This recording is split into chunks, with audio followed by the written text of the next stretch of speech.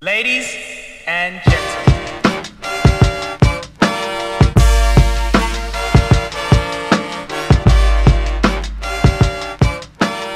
So, gentlemen. Oh, you hear me, right? Yeah, I can hear you. All right, cool. It's good, my guy. Oh, we got Paul on. Oh, shit. Making my guest appearance. Huh? Making my guest appearance. Oh, hell yeah. Yeah, I hit a new low finally, man. Where you Just at? at the 258, man. I'm in the 250s. Oh shit! It didn't come easy, but I knew it was gonna happen because past 2 days, bro, like last night, bro, I felt like I was going through fucking withdrawals, bro. Like I was getting like I was cold, like super cold, but I kept sweating. I'm like, oh boy, here we go, But then, obviously, when I woke up, I'm like, okay, I feel light. I weighed myself, and I was happy. I've been wanting to break the 250s for a couple of weeks now, and it just was sticking. So, Bro, that's the best when you feel like you're like, oh, this is something well, different. here's the thing. Sometimes you have to do the opposite, right? So, like, we pushing, more cardio, less food, and then it's like, hey, next couple of days, let's pull back cardio, add a little bit of food. Obviously, that's going to vary. Like everybody, you can't give everybody a burger. You can't give everybody 500 carbs. For me, it's 100 carbs. But that's, 100 carbs and 60 minutes of cardio versus 30 carbs and 2 hours of cardio is a big difference, even though it's still considered low. It's all low is a relative term, right? Yeah, it's what your body can deal with. Yeah. If I give you 2 hours of cardio, you're gonna break the 220s, right? So I wouldn't do that. I would give you 30 minutes. So it's all relative. It's the same thing, but relative. So you can't look at it like, what's up, Alyssa? We got guys. classical queen with us today. Best poser. Hey, don't put that on me. Don't put that on me. You can't say it. I can say it though. No, okay. But found you. I was just telling them I woke up at a new low, and I'm really happy because it was just, I don't know if this happens to everybody. I'm assuming it does, but you get to a sticking point where your body just doesn't want to go down below it, right? That happens to you guys too, right? Yeah. Some people, because I know some people can't relate. Fucking Jordan can't keep the weight on. He's like, fuck, I'm trying to keep this weight on. I was gonna say I'm more like Jordan. Really? Oh yeah, I've seen some of your off-season eating. You put away that food. It's crazy. But that's gotta be a blessing and a curse, though. You know what I mean? Like, boom. You nailed it.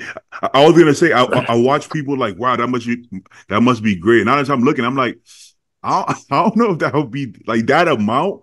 I don't think that would be that great if I'm being honest.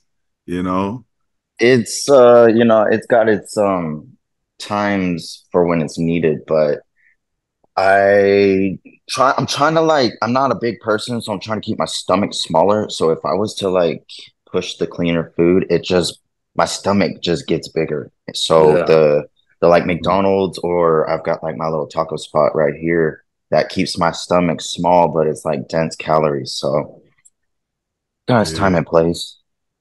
So it's funny you say that because some people will say, okay, if you get maybe if you sprinkle some junk in there, it might bloat you. To some people it might, but think about it. If instead of that, I don't know, burger and fries, or instead of that steak and fries you get, if you were to try to eat that with chicken and rice, that might bloat you more because you might need fucking 500 grams of fucking rice, But then we also have things that help us too, bro. Like like the digestive enzymes and GDAs and Metamucil before you go to sleep, and you know what I mean. So all that shit will keep you going, keep you regulated too, And sometimes you can go like, I was watching Wyatt, Justin Wyatt, and he keeps it clean, but he tries to figure out like tricks just to make it denser or to make it less. You saw that one, right? With the rice sealer, right? Yeah, he like blended it up. Yeah. That's a smart idea. I mean, think about it. If you had to eat all that rice, bro, I mean, that's rough. You know, first of all, it's more expensive, and like Alyssa said, it can descend your stomach, right? If you have to, like, let's say Dennis James had to eat so much food to grow, and eventually his stomach started, you know, growing as well. So it's not. I don't think it's as fun as people think it is. You know, you don't. I don't think like I would assume you're not craving fucking burger and fries. Oh, I'm getting one. I'm gonna have like I've got burger and fries pretty much 2 to 3 times a week right now because I need it. Like I go flat so fast. Are you on prep? Are you on prep right now? Yes. Okay. Okay. Oh, okay. What? Yes. Have you said what show you doing? I'm doing Texas Pro. It's pretty much known, but I think my sponsor signed the contract for me. I don't know, but I'm doing it. It's gonna happen, but it's no secret. I don't need to hide from nobody. That's in August, right? It's in 7 weeks, yeah. Yeah. I just did a guest posing at the Kuko Classic 2-3 weeks ago. You posted it? Saw that. I did. It's pinned. Okay. It's the first, that first post on the left. I got 2 questions.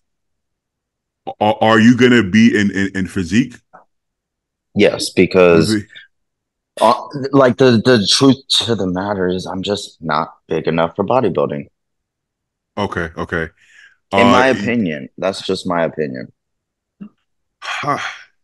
That's a tough one because these days it starts to get a little blurred because some of the bodybuilders, well, the bodybuilders are pretty big, but some of the women's physique are pretty big as well. Oh, but yeah. I guess, you know, it depends who you have to stand next to, right? Right. I stood next to Ashley Jones because me and her are friends, but she's just you could just see it when I stand next to her. She's bigger. Like I'm only 5'1". Weighing like I'm like 136, 137. Like I'm not big. My illusion's big, but I'm not a big person. You meet me in person, you're gonna be like, damn. But that's the first thing people say when they meet me is, damn, you're shorter than I thought you were. But again, like I said, you can see it in my stomach too. Like my stomach's grown. I think it's like muscly. So that's why I go in the off season. I don't really pack the food in because I can grow off of a little amount of food or like dirty food like McDonald's. I didn't know you were 5'1". See, okay, see, so I don't think you're like under muscled. Obviously, I mean you could always be bigger than bodybuilding. You could always be bigger than bodybuilding. But sure. I wouldn't say you're actually under muscled, but structurally, if you're 5'1", you may actually need to be even more muscular to be able to, And I don't want to do that to myself. Like, it's not the health thing. It's just I'm getting older, and honestly, it's like I can notice that I am thicker now. Like I could feel it when I'm doing cardio and like, but it's. I just want to fine tune and fill in the gaps, make my back bigger, legs a little bit bigger, and make myself happy with what I want to see on stage, and just make good money. And that's why I'm doing Texas Pro. Okay, now this is something I don't know about. Do you have to make weight for women's physique? No, you just show up. That's probably why the line is easy to blur. Okay. Well, it's kind of similar to classic physique. Like I relate to Terrence Ruffin, and him and I did our first show together.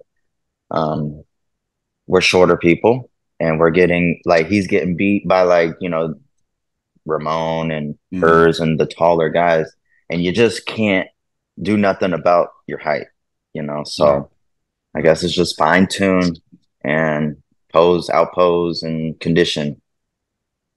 Like we talked about with the eating, there's pros and cons, right? When you're shorter, you can fill out your frame, usually at least. You can fill out your frame. Look, in this video, you see my stomach is kind of blown out a little bit. This was 2 weeks after last year's Texas Pro. So I believe I was flat at the Texas Pro last year. So into this guest posing, I purposefully like loaded really hard. So I came in like I just wanted to be blasting full for this look. And you were. Which I was. I mean, when you put the two pictures side by side, I mean, how drastic of a difference is it? You can see it for sure. You can see it for sure. I'm harder from the back at Texas. I just know my body. The Texas look is the condition look. Here, you can see my glutes are spilled out. Not much condition from the back. It's a whole different story 2 weeks before at Texas Pro. So I felt good here. It just, I did my thing at Texas Pro. I got second place to Evie Rain. She's top 6 at the O or top 5. So I did well, but I just wanted to make myself happy for this appearance right here. Yeah. The posing be spot on. I'm a fan of the posing. Okay. How much tissue? Okay, first of all, do you think you're gonna ever move up to bodybuilding, and how much tissue do you think you would need to move up, and how long do you think that's gonna take for you? That's Braun Strowman right there from WWE, by the way. He brought me to Monday Night Raw a couple nights ago. So going back to your question, bodybuilding. I would love to do bodybuilding because I love bodybuilding poses. I love closed fists. I love lat spreads and most musculars and the bodybuilding side chest. Yeah. It just comes down to like, will I ever do it? Probably, but we'll see.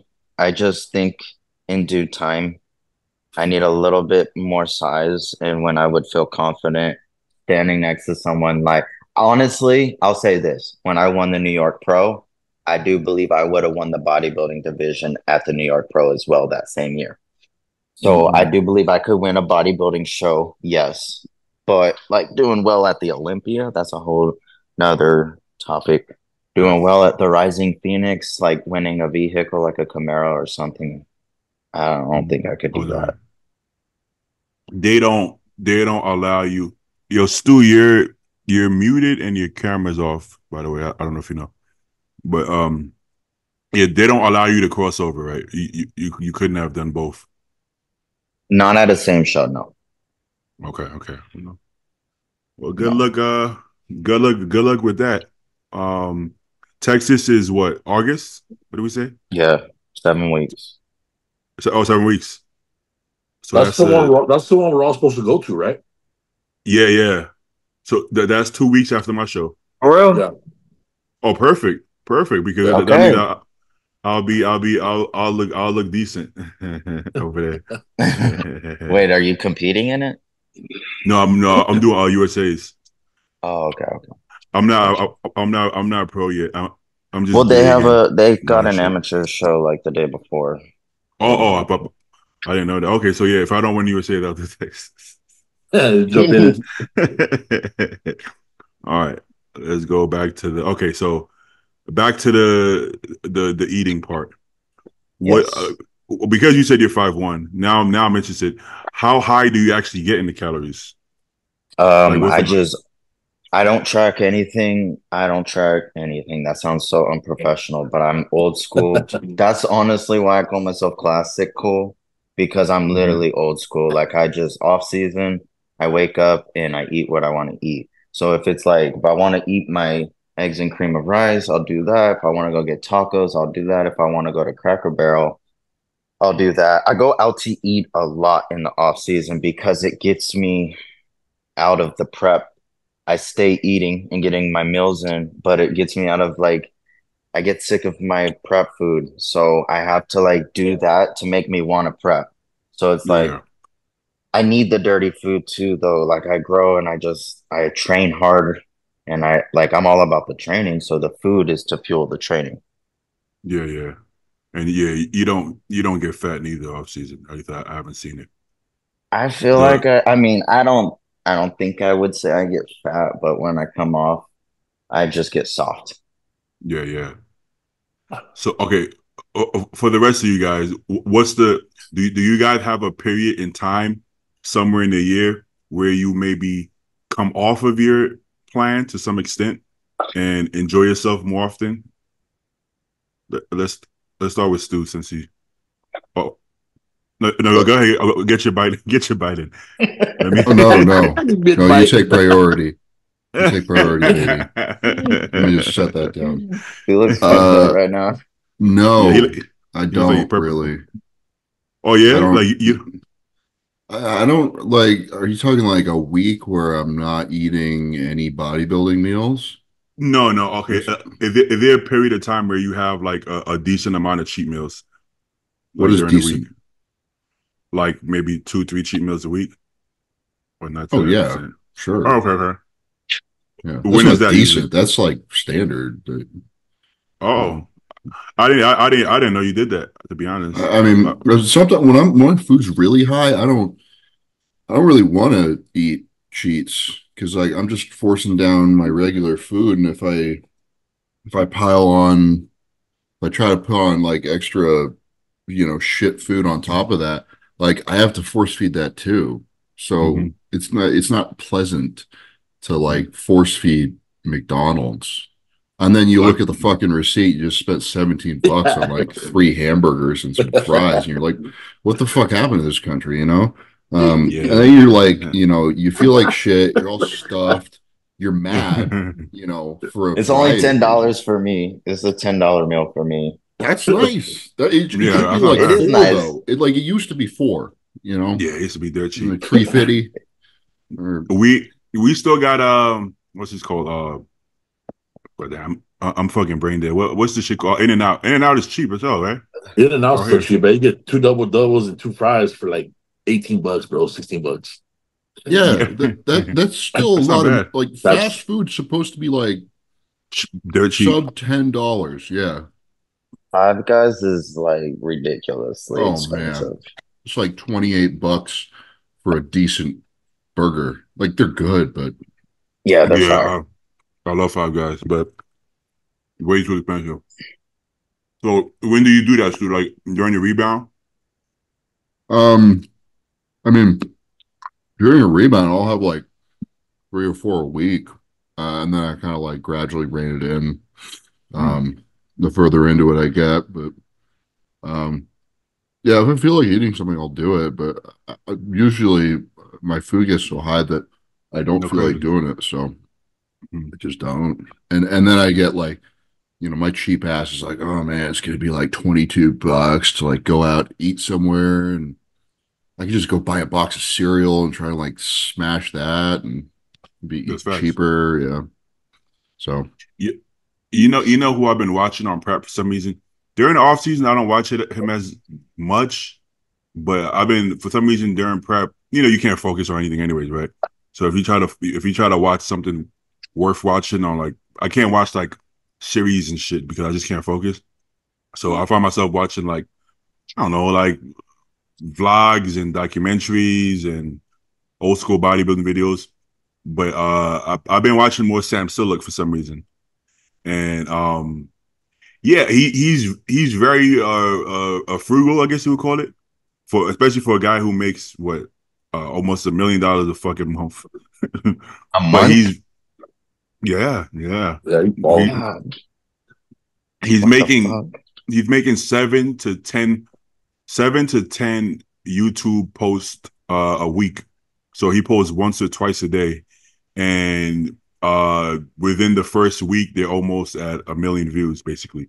So if you they also are almost anywhere from 30 minutes to hour long, and so I mean if you do the math it should actually be more than that possibly, who knows for sure, but around there. And he don't spend shit. So in my head I'm like, yo, he's gonna be so set. Even if this realistically, like, let's be real, you're not gonna post once or twice a day for the next 10 years. I don't think you will, but you don't need to. You're going to be so set. You won't even have to, especially if you're that frugal. So I've been trying to be more frugal because in prep, you know how it is in prep, right?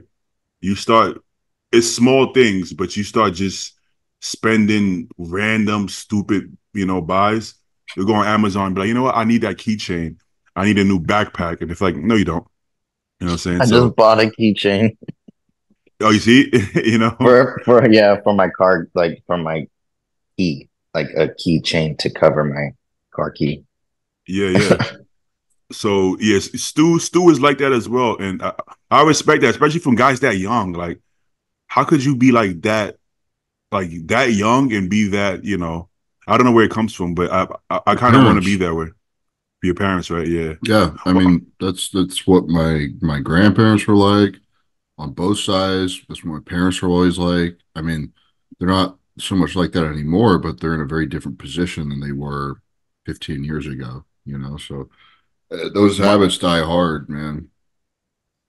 see, my dad was like that, and I hated it until now that I got older. I'm like, nah, he was doing a great job. I just felt like he was so cheap, and I'm like, yeah, of course he's cheap. He's making no fucking money. That's why he's cheap, you know. But now I'm like, you can learn from that because most, I guess, rich people I know, they're like that. You don't necessarily become rich necessarily from how much you make; it's how much you spend. You know, because I also know people out here in West Hollywood who make a lot of money, but they spend so much that they don't have anything to show for it. You know? Yeah, lifestyle creep. Yeah. My sister is a nurse. She I don't know exactly how much money she makes, but it's not. I mean, it's a nurse. It's a nurse. I mean, it's good, but it's not over the top. And what she does with her money and lifestyle, I'm like, fuck. I feel like I could probably do that if I lived my life like her. Every choice is calculated. There's nothing she does from a car she buys or a home she buys. Everything is so calculated. I'm like, we can all. You don't have to make seven figures to have a good lifestyle. You know, there's people who are making six Fucking figures. hell no. That's what I'm saying. What? I mean, in my head, I always felt like that. Especially living in LA, I'm like, yo, for me to live the way I want to live, I have to make so much fucking money. Yeah, And then because I'm you're like, around people and you're comparing yourself to like some of the richest people out there. That's absurd. Not only that, You gotta the remember amount like of the median income in the United States, not in LA, but in the United States is like 65 grand. if that, Yeah. No, yeah, that's the statistics. It's like okay, 65 grand per person. So yeah, that's yeah, not per household, per person. So like if you're making more than 65 a year gross, then like you're doing better than half the people. yeah, That's yeah. that's I mean, when you think about what 65 grand, maybe that's like, I don't know, 45 to 50 take home after taxes and all that shit. It's like Mm-hmm. that's really not a lot of money, you oh, know. Mm-hmm. You look at like what things cost, and you're like, how the hell are people getting by? And they're getting by spending and putting themselves in debt. But Mm-hmm. that chickens are going to come home to roost in a few years. Just wait.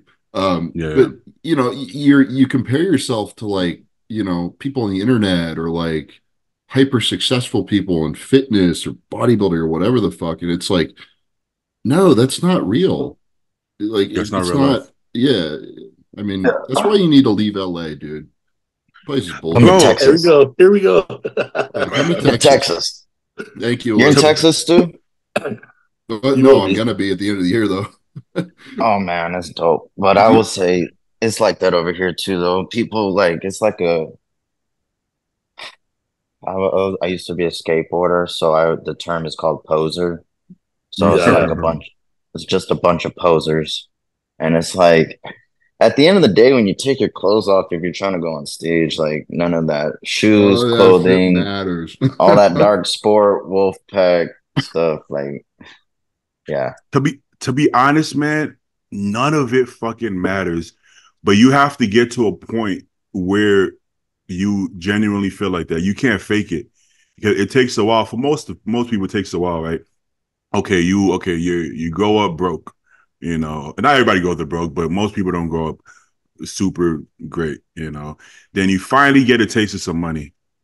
You don't know what this feels like. You don't know what it is. So you're kind of like, oh wow, let me, your instinct is suspended. You're young, especially if you're young, so you start making some decent money. Let's say for me, I moved to LA at like 24. Let's say like 26, something like that. I start making decent money. Cool.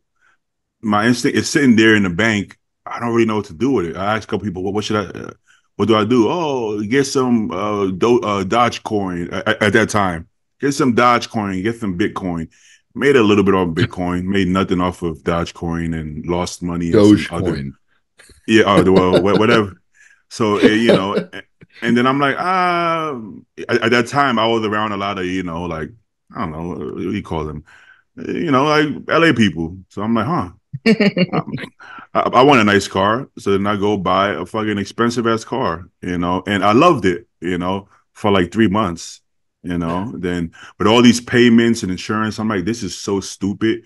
And I sold, you go through the whole process and it comes back down like, who gives a fuck? Nobody gives a fuck. That car for like every week, maybe 3 people at the gym are like, wow, that's dope. That's fire. Let's see.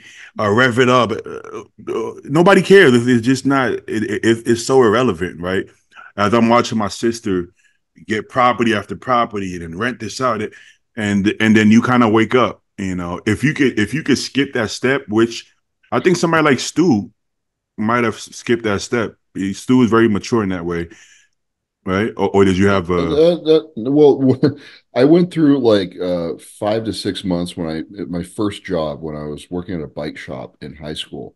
And I was like, I thought I was making a bunch of money because I'd never had a job before. And I spent like probably 3/4 of it in the time frame that I was working. I should have been like saving it up so I'd have like a piggy bank for college.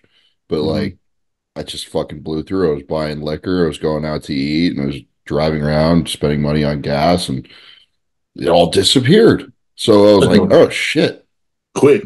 Money goes away if you spend it. That sucks. I don't know. I learned pretty quick. And I mean, the good thing is like, we're all kind of like in a thing with bodybuilding where like, yeah, there's some posers, like Alyssa said, but like when you're all naked on stage, it's like you can't, you can put your Gucci bag away. It don't matter, you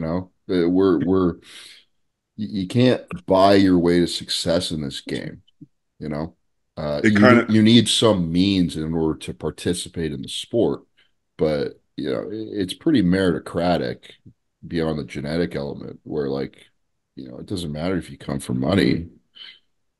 Yeah, that shit evens the playing field a lot when it comes to shit like that. You'll see at these shows, at these amateur shows, or like let's say USA's or whatever nationals, you'll see that guy with the film crew and the apparel and all this fancy gear and the nice Jordans getting second call out. You know what I'm saying? Don't that make you feel good, man? Fuck. Yo, I love that shit. It's fucked up, but it does. Yeah, I've seen that. It ain't fucked up. I've seen that at local shows. The guy, he got the model girlfriend. He pulled up in a Lambo. I'm like, who the fuck is this guy? And I know I probably shouldn't think like that, but in my head, I'm like, is this all necessary? Like, what? Ties for last place. You throwing on some Gucci silk pajamas after you get tanned and you get last. Bro, you doing a local show, and then this one guy that I'm thinking of in particular, he didn't even show up for the finals. Because he I don't know, he was embarrassed or whatever the case. I guess he was balling out too hard. Fucking exactly. so it evens the playing field so much. So it's kind of like a beautiful thing. The judges don't give a fuck. You know what I'm saying? And I know some people think it could be a popularity contest at the amateur level, bro. Bro, trust me. Steve and Tyler do not know who the fuck you are. No one cares. You got 500,000 followers. I guarantee you, Steve does not give a flying fuck. You don't care. At the pro level, they probably don't know who you are either. Actually, you're right. But you might think so, But yeah, basically the thing. Money. If you're willing to spend enough of it, it almost doesn't matter how much you make because you will spend it all, So yeah, Stu went through it too, just I guess younger. He just went through it young. Yeah, and much more brief. It was like I just kind of got it out of my system. I was like, because it didn't like I did all that shit and it was like fun, but it didn't make me happy. What ended up making me happy was like when I did go to college, like making friends and like doing stuff that doesn't actually cost money. You got to buy a fifth of vodka from time to time if you're going out and partying, but like that's not a lot of money, So more of the story, but that's important. Like what I said earlier, you have to be ready to do it. Somebody else can't make you do it. You have to get it out of your system, right? So, okay, similar.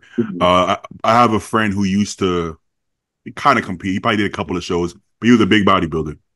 And then he's at the point in his life now where he's like, nobody knows his real age. He lies about it. I would assume he's like 50 at least, maybe a little bit older. He looks great. He looks young, so you can't tell. And yeah, he was surgery, or he's just like no genetic. He used to be a model, so I guess he had great skin. He's a good looking guy. The reason why we knew he's lying about his age because he used to be a model. He used to be on like legit like billboards. He used to be in music videos, and we're like, wait, this is in the fucking early '90s, like late '80s, and you're a grown ass man. You got, I'm like, what the fuck? So you're older than you say you are for sure. But anyways, he's at a point in his life he just wants to be healthy and live a long life, right? Of course, that's how you should be at that age. My thing is, but then he keeps trying to like tell me and some of my friends, like, hey guys, this bodybuilding shit, it's not healthy. Stop being 300 pounds. Stop doing this. That. Just be healthy. I'm like, bro, I respect you. I know you're trying to look out, but you already did it. You got it out your system. You're done with it. The same thing is going to happen to us. At some point, we're not going to care about this, but right now, I do care about it. And please, like, please don't like try to patronize me. I get what you're saying. You're right. It's hard on your body. We know this. As did you. You got out your system. You're good. Let us do the same. Stop trying to make it seem like we're doing this bad thing because further, you don't know where I would be at if I didn't do bodybuilding. I'll probably be doing way worse, right? Paul could probably relate to me. I will be in a way worse situation, believe me. Yeah, absolutely. So if anything, it's benefiting me. But let people get out of it on their own time. If you're not ready, somebody can't force you to do it. You know what I'm saying? So it kind of got old. And then the funny part is recently he started getting bigger again.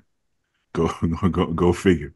I guess he wasn't over himself. Can't beat him, join him. Yeah, but then he would be like, yo, right now, you're young, so it's really your ego speaking. I'm like, I'm cool with that.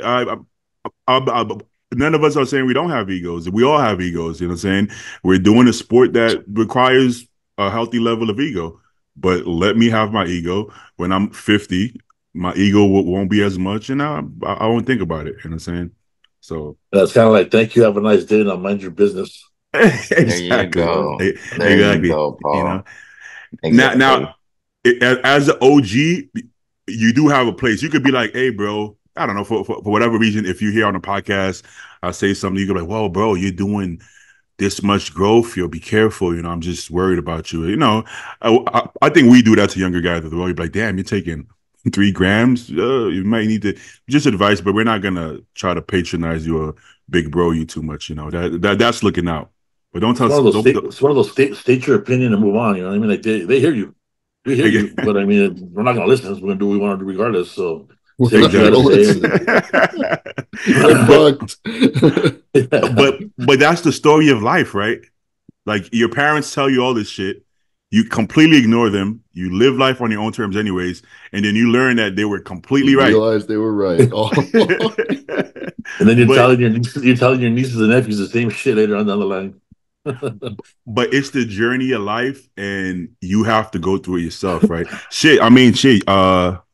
I actually worked with Compton for the first time before you and Joe, but then obviously I did my own thing for a while, whatever. And you guys are like, yo, go work with Compton. It's okay to have help. And then I'm like, I just want to try things myself. And in due time, I'm back with Compton. You guys didn't have, you don't have to force me to do it. It runs its course, right? Yeah. All right. I don't know how we got to that topic, but let's go. Stu, how many weeks out? 3.5. Yeah. I'm feeling like it too. I'm like right back into it. So it's kind of annoying because these podcasts are on Wednesday and Sunday, and those are my rest days when my food's pretty low. So me too, it's my rest day as well. Yeah, it's that's why I'm not always chipper. But like I don't like doing it on training day though. I wouldn't want to do it on training day neither.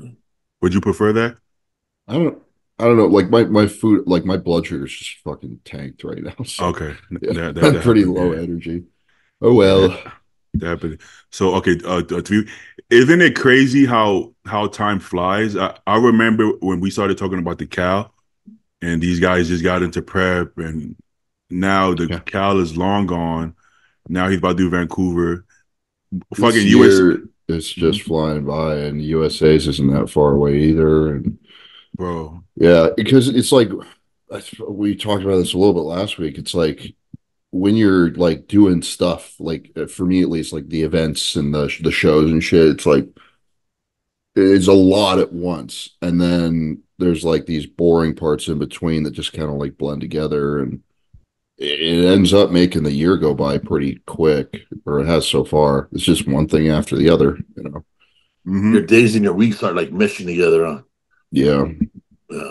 But then sometimes you have like a lull period. Like after the Olympia, what's going to be going on? Not much. I'm probably going to Prague actually. After that.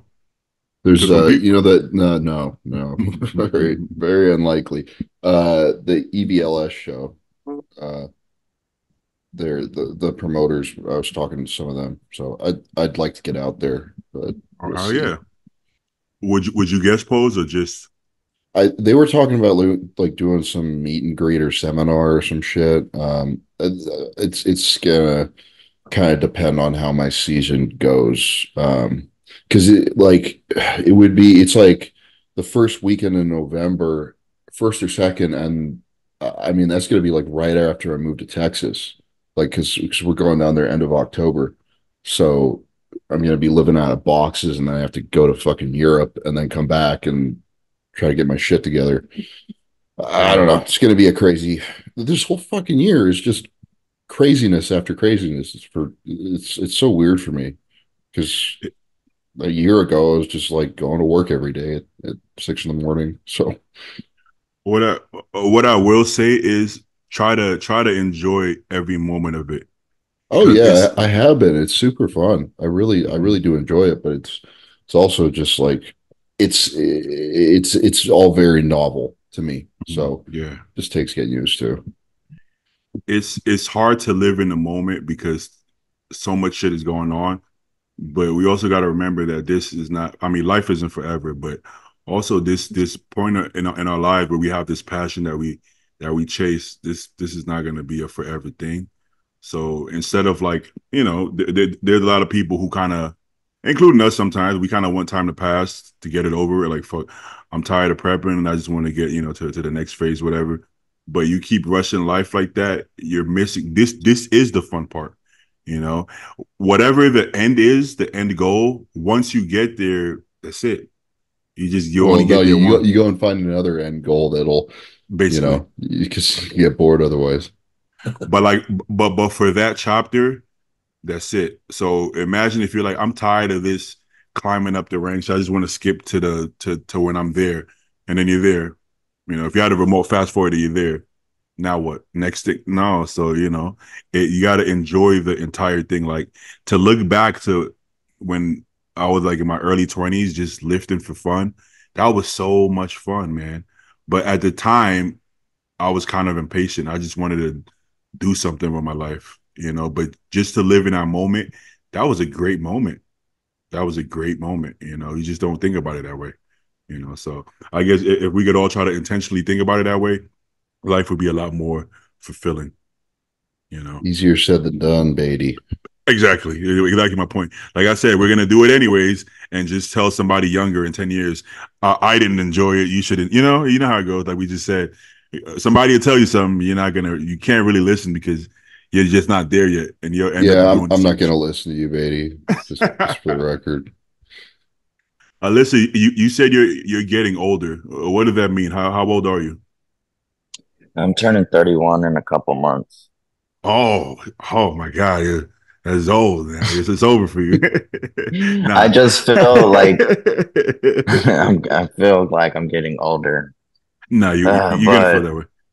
But what you just said about having fun during it and staying in the moment and stuff, that's what I'm here on this podcast for, because I usually don't do stuff like this in a prep. I'm usually like locked up, laying down in my routine and not talking to anybody. So it's different this time because, like you said, if I was to fast forward and get to the end goal and not enjoy it along the way, The shit's That's it. boring, and I'm already bored, and I'm gonna be bored for 7 more weeks. So I might as well fill my time in with stuff like this. It really does. Like it's made all of our preps easier this year. I think Absolutely. Yeah. you get to shoot the shit with our friends That and a couple Kratom. times a week. Yeah, man, it's yeah. I mean, in all the other preps, I wanted to be miserable in silence. I didn't want anybody to be around me. I didn't want to be around anybody. I didn't want to do shit. I didn't even want to like post content. I would try to because you look your best, but I hated it. I even hated the content. I can't say I hate the content right now. I mean, obviously the podcast I like, but even like my regular content, I kind of like it. You know, I don't like attention, but it's nice to get respect and kudos from people you respect. That's different. If a random guy at the gym says, "Wow, you look great," it doesn't. With all due respect, I'm sorry, but it doesn't mean that much. It's just it would.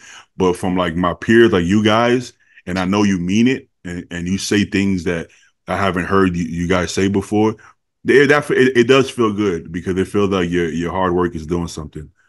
So that's been making me enjoy the content in general. Yeah, but this is the first time, even like talking to you guys or hanging out with you guys or hanging out with a friend or two. It feels better than I thought it would. Once you're in the moment, like for me to set up the lights and stuff and get up and do the podcast while I'm doing it, I'm kind of like tired and shit. But once I sit down and start talking, I'm good. Same with if I have a good friend and I hang out with them. It feels good if you just allow yourself to do it. You don't have to just lay down on the floor and So just do I nothing. feel like what you're saying too, like there's a select few. There's a select few that I let myself like open up to and talk to during prep. Like I don't want to be around like anybody except for a select few. Me too.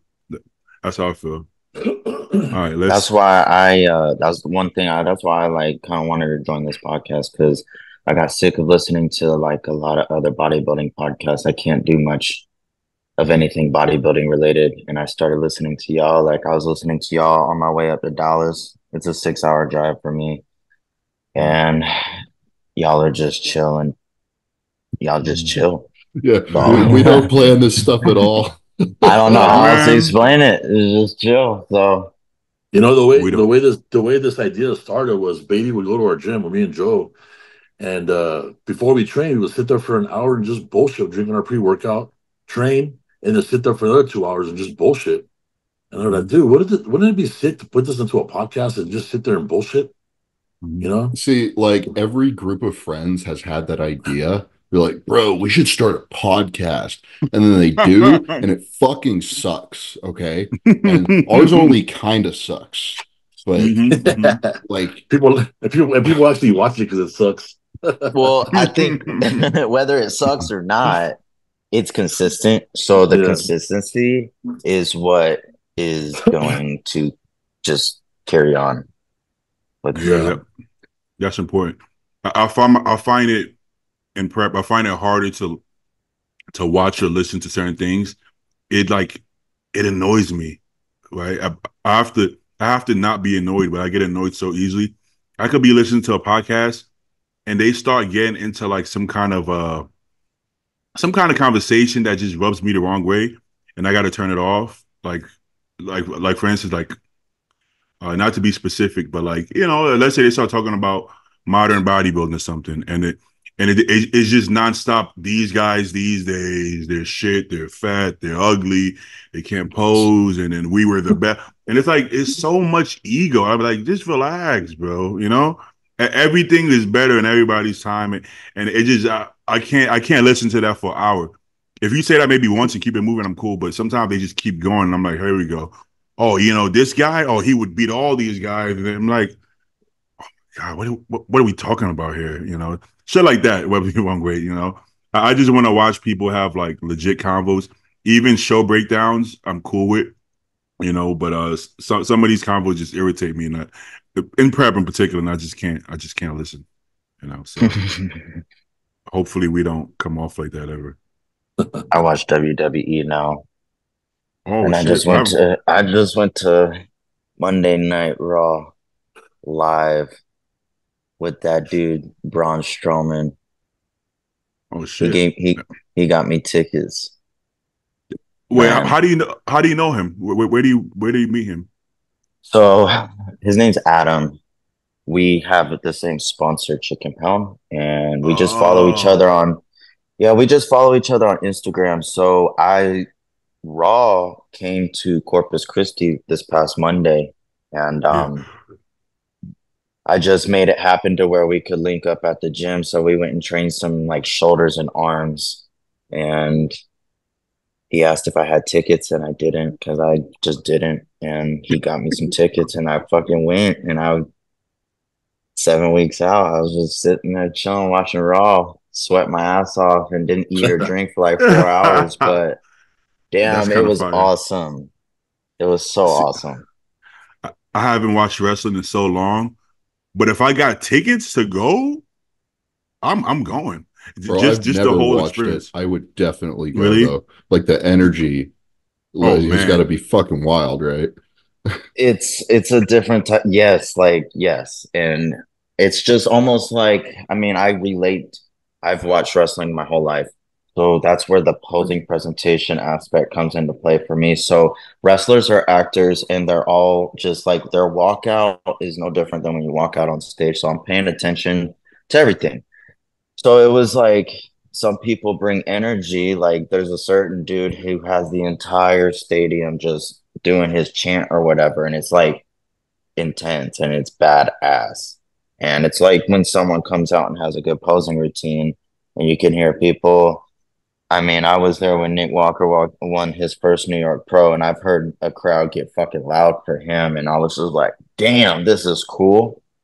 And it's just a cool, like you said, it's cool energy, but same time, wrestling's positivity. Like it's fake, whatever, but it gets me away from crime scene documentaries, bodybuilding podcasts, boring movies, and dumb shit. Like it's an everlasting story. And week to week, it's getting me through my prep because I watch it Mondays and Fridays. Mm-hmm. So it gives me something to do. Sure. But get enough rowdy whites in an arena together. Get crazy. I would love to go to one. All right. Oh man, it was badass. Let's see what the fuck is going on. What the fuck is going on? We got some shows coming up. What is this? This classic Louis. I don't know. It's another classic physique show. Yeah, I don't know what's going on. I don't know what show that is. How many fucking guys are going to be qualified for the Olympia again this year for classic? It's always a lot. It's always a ton. Yeah. Okay. Flex Pro Italy. Not the biggest lineup, huh? How much? 1, 2, 3, 4, 5, 8, 9. It's definitely a little lighter than last weekend. 13. Well, I guess 13 isn't bad. Especially comparing to early on in the year. But it's not like the Cal or the other show. But let's see. You got a lot of Germans. You got a lot of Poles. Yeah, I see the Germans, some UK people. Andrea Bozzoni, Kuba Kalin. I know that name, Kuba Kalin. Kuba Chelin.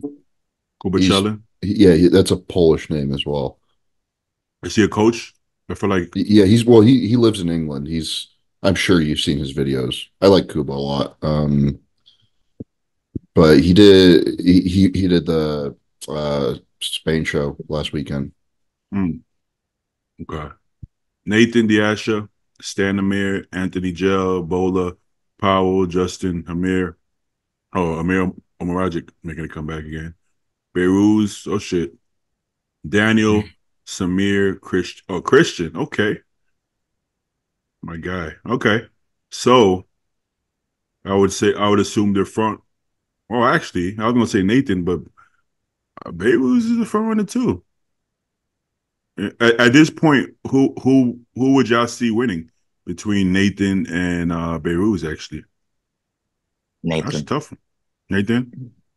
Yeah, because I was just listening to y'all's last podcast from Sunday about Beiruz's posing, and yeah, his posing is too. I don't know how to describe it.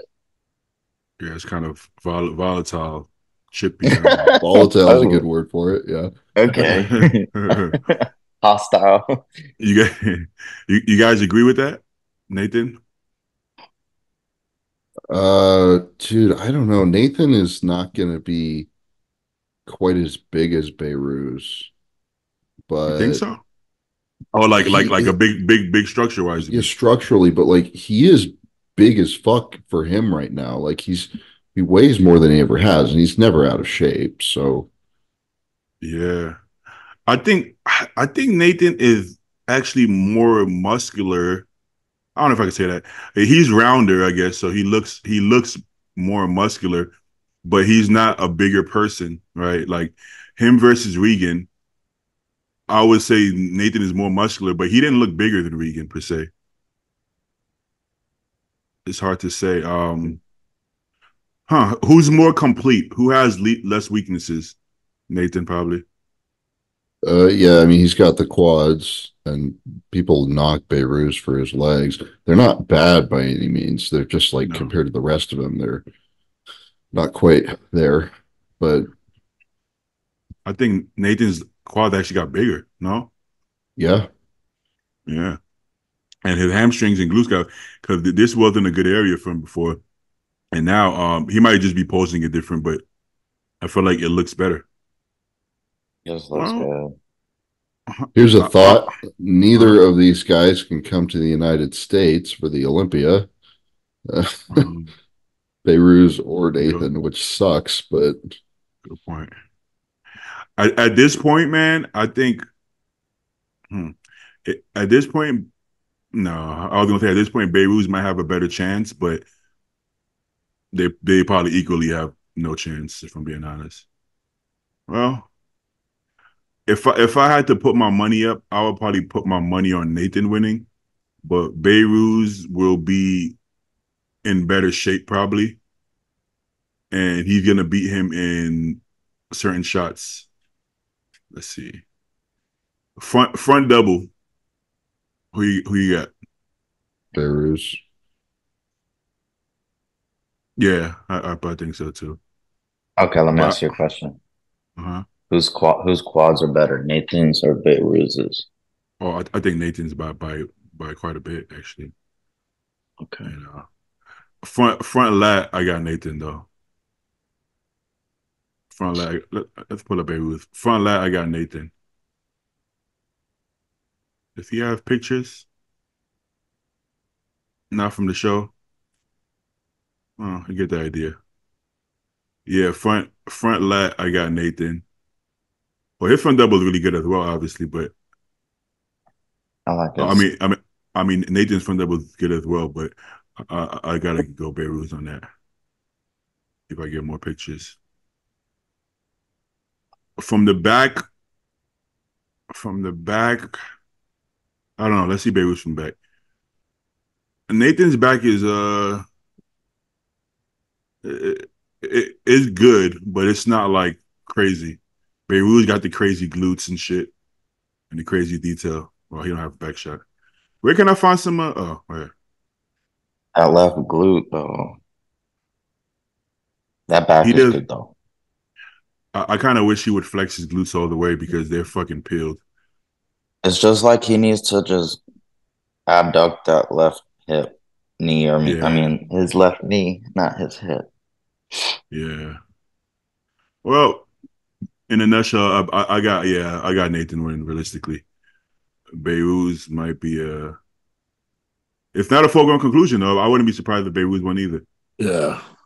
Yeah. Samir Walski in third, right? More than likely. Yeah, Oh, Amir already and beat Amir's there Walski. too. Yeah, if Amir's spot on, which he was in Cal, he already beat Pull Walski. up So pull up Wolski's pictures real quick. let's see, Wolski. yeah, the really nice physique. It was nice flow. But was he actually like peeled at any show? Like peeled this year? Yeah, Okay. Mm. At the Cal, was he peeled? yeah. Okay. He Yeah, wasn't New How York about he too, came in better at the Cal than he was in New York, right? apparently. Yeah. Oh yeah. But didn't Amir beat him at Cal? He Yeah. did, yeah. Apparently. Amir came back like way better. I mean, yeah, he's in shape. He's round. Great That's a good tan look. too. Shout out Yeah. Liquid Sunrays. Mine Huh. sucked, but his was great. It was good. Yeah. He had the better physique than Amir for sure. But Amir he was so peeled, man, so peeled. Mm-hmm. But that's a subject we talk about quite often. Do you give it to the lesser physique if they're peeled enough? And that depends on so much other factors. I think they used to do that, but they don't as much anymore. Mm-hmm. You know, Mm-hmm.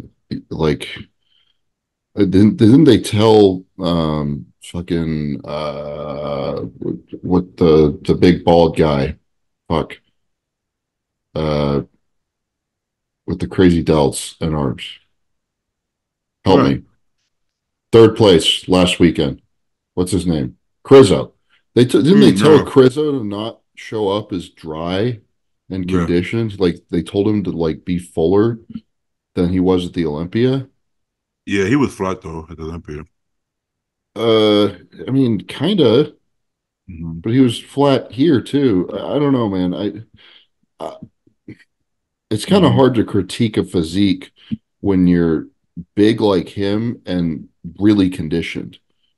Yeah. I don't know. I'm not really a fan of that, like giving or rewarding physiques that are not in shape. Like if they're in good condition, then okay, that's fine. But like if they're just straight up not in shape and you still give them a W, I'm not really a fan of that, man. Yeah, not even a W. Even if you put them like putting Hassan in front of Nate Spear, right, or a couple other guys. If you're that far off a condition, I don't think you should even be in that call out if it's that bad, you know. Yeah. And even if you don't have like some amazing physique, if you're perfectly peeled and peaked, I think it should count for something, you know. But we're not judges. What do we know? Okay. I think that's all the people we really know. What does Kuba look like? Is I he think he here? got 10th last weekend. Like he looked good. He's just I mean he's like 230, Oh, you know? I seen pictures of him. I know what you're talking about. Yeah, Okay. I mean he's just not like big and wide enough next to a lot of open guys. I wouldn't say he's got a bunch of gaps on him by any means. He's just it's just a size thing, you know. Oh, this guy, didn't this guy just plays really well? He got fifth or fourth? No, fifth. Let's see what he looks like. I believe that was his pro debut. Hmm. Damn, he has a deep vacuum. Pretty big rib cage. Very big rib cage. Good quads. He's in shape. See some other poses now. Yeah, he's in shape. He got some good, at least by himself, it looks like he has some good muscularity, right? Good level of muscularity. Mm-hmm. Nothing What jumps the out. Nothing jumps out, but nothing is really behind. Let's see the back. his abs are behind, Oh, yeah. but he pulls that vacuum. His back could be wider, I guess. See the last spread. Okay. Another thing too is his stomach control and his transitions. Yeah. Mm-hmm. He don't have best stomach control. That's probably why he pulls the. Yeah, I see what you mean about the abs. That's probably why he pulls the vacuum. Mm-hmm. See, like, yeah. That's Well, why I good. pull the vacuum. Well, Your stomach does not look like that, Stu. Fuck no. Shut up. well, good. Yeah, a good physique. But I can't see him beating a Wolski. Anthony Joe. No. Yeah, so that's No. that'll gonna be tough. Yeah, that seems like that's gonna be the top guys. Let's see if anything else is going on. There's also that 212 show this weekend down Really? in Florida. It's what's it called? It's like the Chiseled Classic. It's one of the Wow. few domestic US 212 shows. There's like 5 or 6 for the whole fucking year. Um, if I you don't talk to see it. any 212 guys about how few shows there are in the States, they do not like it. Like there's not a lot of opportunities for these guys to qualify. No, it seems like it's going. It might be going a little obsolete because all the 212 guys are doing great in the open anyways. You got Felix here. Felix is definitely ahead of schedule to say the least. Like He his has side shots. 5 weeks. Yeah. Hey, you know He who look, else is doing Chicago? Vlad Suharuchko, the is he? Ukrainian guy who lives over in Dubai. Is he? Has he Yeah, competed this year? he hasn't competed in a while. I believe he injured his arm or something. Oh yeah, he broke his arm. He broke his arm. He's been put up pictures saying he's 5 weeks out. So I think we'll turn presumably he's around. doing Chicago. It says 4 weeks here. What show is 4 weeks? Either Vancouver or Chicago. You think he would do Vancouver possibly? I don't know. Oh, he's in shape. I'll tell you that much. He he looks big, but on stage he never looks that big, right? He looks big. I think his peak has been kind of off in the past. Mm-hmm. Yeah, I don't know. He's been to the Olympia once before. Yeah, he has. It's hard to tell with some people. I don't know what he's missing or what he needs. He doesn't have the most aesthetic looking physique. Trains hard. He's missing triceps. Well, yeah, he just broke his arm, so that's not gonna help. Oh, wait. How long ago did he break his arm? It might have It been was, this year, early this year. Oh, it was a little while ago, I think. I got you. Yeah, Sorry. But yeah, still. that's not gonna help much. Well, good luck to Vlad. He looks good. Okay, yeah, but I wanted I to. Okay, so I thought South could have beat Crizzo personally. Did anybody think that? Yeah. Um, his back double is a little odd looking, but then again, so is Crizzo's. Crizzo's. Mm-hmm. He was peaked better, condition wise, fullness wise. Like you Yep. said, I feel like Crizzo was kind of like soft and flat at the same time. Like he didn't seem as sharp or full. I thought the Olympia was actually better, even though he was flat at the Olympia. like his hamstring. So yeah, it's a little awkward the back double. Yeah, a little awkward with that hamstring. He coached himself for this show too. He did. That's very hard to do. So kudos for that. I like Sauce. Yeah. All right. Let's see what else we got. What show is this? I'm looking. Alabama Oh, I don't know about this show. amateur. Classic and Physique. It's another Okay. classic show. A Uh, lot of classic shows going on. Yeah, a lot of classic action. Okay, I wanted to ask, did everybody have Bonac winning? Personally, I'm a bigger fan of Beirut's physique. Like I like bigger structure guys. But I see why they gave it to Bonac. I'm happy Bonac won, and I like wanted to see him win from a personal standpoint, I guess emotional standpoint. But if I'm just judging physiques, I probably would have picked BOYZ, if I'm being honest.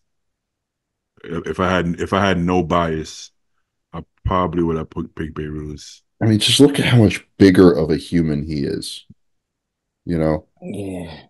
Yeah. I mean, that's not even like that's not the most important part to me. It does count for something, but just the way his physique I flows. honestly don't even know if it does count for anything nowadays. But More so, it's the way his physique flowed to me, and he still was very muscular and very conditioned. Bonak wasn't like the biggest Bonak here, so he actually did look bigger than him, even from a muscularity standpoint. And condition was there, shape was there, waist was perfect. I probably would have picked BOYZ. Yeah. How about Alyssa? Who you have winning? Based off the video, I like BOYZ better, Mm-hmm. but it just makes me think about what Stu said. Is it because Bonak can get to America Mm-hmm. and Mm-hmm. BOYZ can't? Yeah, I mean that is important. I don't know if You, that matters at all. if you're giving people qualifications and they're not going to show up, I do think that William also has he had a good polish. Like he just looked like polished and sharp, and yeah, which everyone says that he looks better in person too. Like there's a 3D-ness and polished kind of look that he has that doesn't translate in pictures and videos. everybody in person agreed with the decision, which says a lot. I've been to shows where people disagree online, but in person, I definitely agreed. So you it got to take it just with a grain of looks salt. like Bonak's. It looks to me like his pec's torn, and like it just looks like there might have been some tears and some muscle or something in his upper body. Like when he opens up his front double, I don't know if it's age or if he Oh tore his yeah, pec or anything, but the front double compared to BOYZ. yeah. Well, yeah, he is getting older, so I wouldn't be surprised. But BOYZ's quads just lack detail in lines. There's Yeah, just not a lot going on in the quads, in my opinion. just not. I guess he makes up for it in the back. Mm, for sure. If he posed a little differently, I don't know. The results may have been different if he posed a little differently. For all we know, That looks that's a good good. too. That's a good shot. His pec is just fucking huge there. But look, what y'all said last Sunday about like flexing and then like unsqueezing and then squeezing and unsqueezing, like humping, like doing that, it does look uh I don't want to say dumb because I'm not calling him dumb, but it just looks like just hit the post. Like you said, maybe squeeze them, tuck the hips, show the striations, and then blossom out in that. But that was a little fast. Yeah, yeah. Yeah, I hate that, dude. When people are rushing through their individual presentations like this, they don't hold anything. It's Mhm. not like he's not spending enough time in the pose. It's just he's twitching all over the damn place once he hits it, you know? Exactly. Like, let us You see it. Let's like, I want you got to be able to like scan it up and down once or twice and then move on. you would think at this level, I don't know. You would think at this level he would have somebody who would fix these things for him, but I guess it's going to be up to you to be receptive to learning as well, because from what a lot of pros sometimes don't feel like they need to be listened to anybody, right? They like doing their things their way, and sometimes they don't listen. So like you can't really put it on anybody else, right? It's going to be up to you to seek help if you really want help. Yeah, and we can sit here and critique this guy, but the fact is he keeps on winning shows, doing what he's been doing, and it's pretty hard to, tell him otherwise when he can look at his own tracker and be like, well, it's worked so far, you know? It's So true. I'm beating a lot of guys. And he almost won here. No, he looks good in those pictures as well. Like, yeah. I don't like the overly docked stage pictures, but I get why they do it, because sometimes the lighting and everything isn't that good, so you have to enhance it a bit to really get a good idea. I just wish Tyler would like do videos, or if you got a head judge at any of these damn shows, make it a job requirement to do a breakdown afterwards, because That'd be nice. there's plenty of men's open shows where we don't get that, where Tyler's not the head judge. Yeah, the other person should do it. they should The have judge should do like, I'm just thinking WWE here, but have like a post. I mean, like a post-show conference. Like, let the people know, but it could be videotaped and posted on YouTube. Yeah. What do you guys think about this guy? What do you think his potential is in the classic division? Very high. I mean, Oh, it's great. It's his second win so far. When you say very high, you mean like a top 5 guy this year? I think so. I mean, when he gets to the Olympia, everyone's going to start knocking his legs, I think. Same as they do with Robert Timms.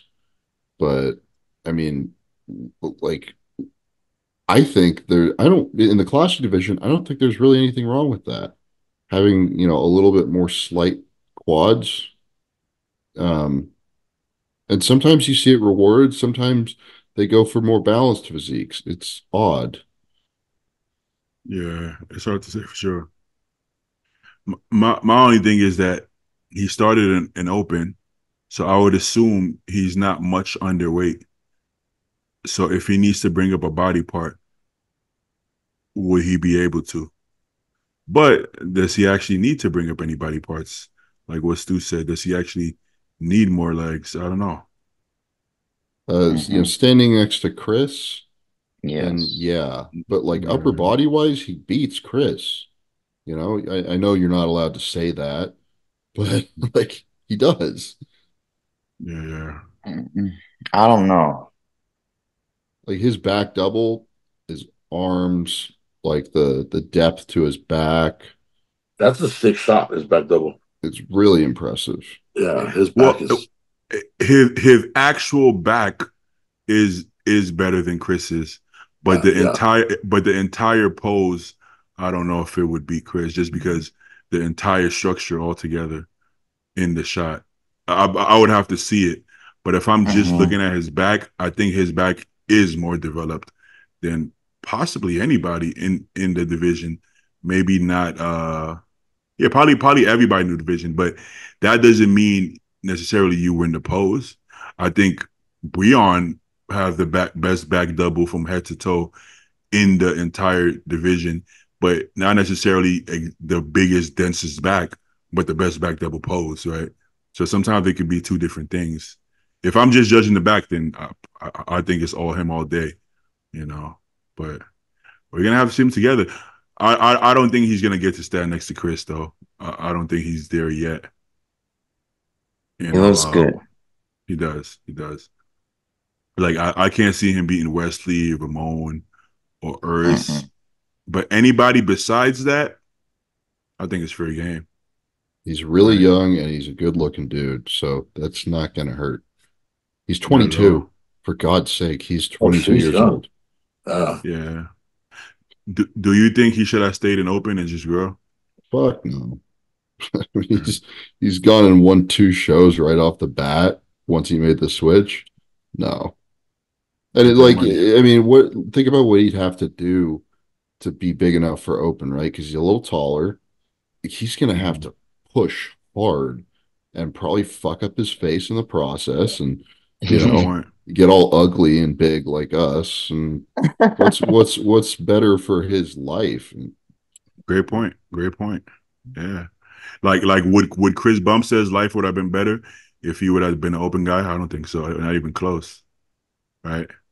Some people have to. right? Some people have to. Some people can't look their, nowhere near their best making weight in the classic, and you have no choice, right? Or some people don't even want to. But if you're looking at it from like what's best for my entire career in life, that's probably the smartest thing to do for some people, you know. Okay. Well, shout out to this guy. Look at his back. That was sick. That's Holy sick. fuck. Give a shit. I could die happy with that shot. I like that. I like that one punch Nas physique better. I just don't think he's muscular and conditioned enough to beat this guy yet. But he has the high ceiling. You guys know what I'm talking about? The guy that won Toronto. Yeah, his shit is crazy. But I think this is going to be more competitive this year. It looks more finished. The other guy looks like a young upcoming physique. This looks like closer to the final product, if that makes sense. To have that level of detail and graininess and shit at that age is really not normal. No, it's not.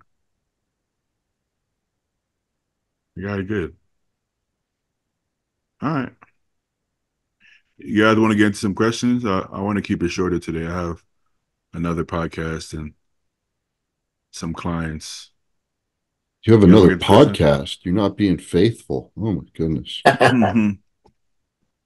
don't even know. I'm not sure if it's going to happen. Let me see. It should happen. I don't really. I don't know, man. I don't feel like I'm going to be very good on another podcast right now. I don't really have too much to say. wouldn't be. Yeah, I don't really have too much to say right now. So, but I'm gonna do it. I said I'm gonna do it, so I'm gonna do it. But I can't promise anything good, if I'm being honest. Okay. Get into some questions. How you guys doing today? Everybody okay? Everybody having a good day? It's all right, man. I look crazy as fuck at the gym. I wish I could send you the video I took. It'd be like that sometimes. What type of body work do you get done? How often? None. Yeah. Not as much as I should, and not as often as I should. Yeah, I gotta definitely not as often as I should. I mean, literally when I feel like really bad pain and I'm like, fuck, I gotta go now. Then I'll go get it worked on for a little bit. Then when it goes away, I'm like, it becomes the afterthought. Yeah, you have to have like a lot of disposable income to throw at that, man. And like you have to do it so consistently. Because every time I start a prep, like I'll start getting massages done, bi-weekly or every other week. And there's just so much deferred maintenance on my body that needs to be done that it's like it's like you're fighting an uphill battle. Man, I don't got fucking time. I got time and patience, but when am I gonna do that? I got cardio, I got shit to do, man. The fuck?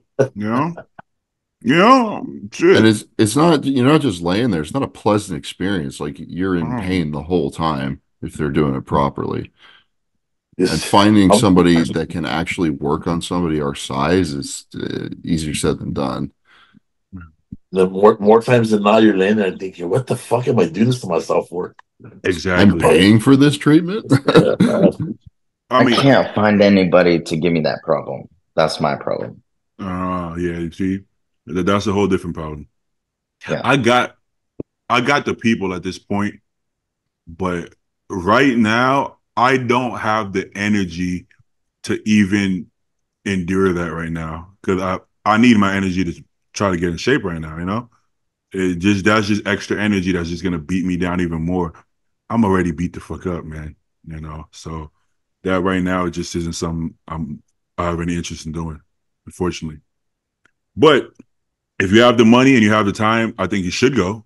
That'll be the proper advice. But if we're being completely honest, man, I go when I can. Fuck it, like a couple times a year. Well, last year I was on a streak, and I spent so much money. Honestly, I was doing it weekly last year. I would not do that again.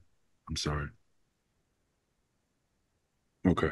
You can do shit on your own though, like get a lacrosse ball, get a jigsaw with one of those attachments, and you can 100%. beat yourself up pretty good at the places you can reach at least, and then everything else you can kind of one of those things like Paul's got. Those are kind of wimpy, honestly.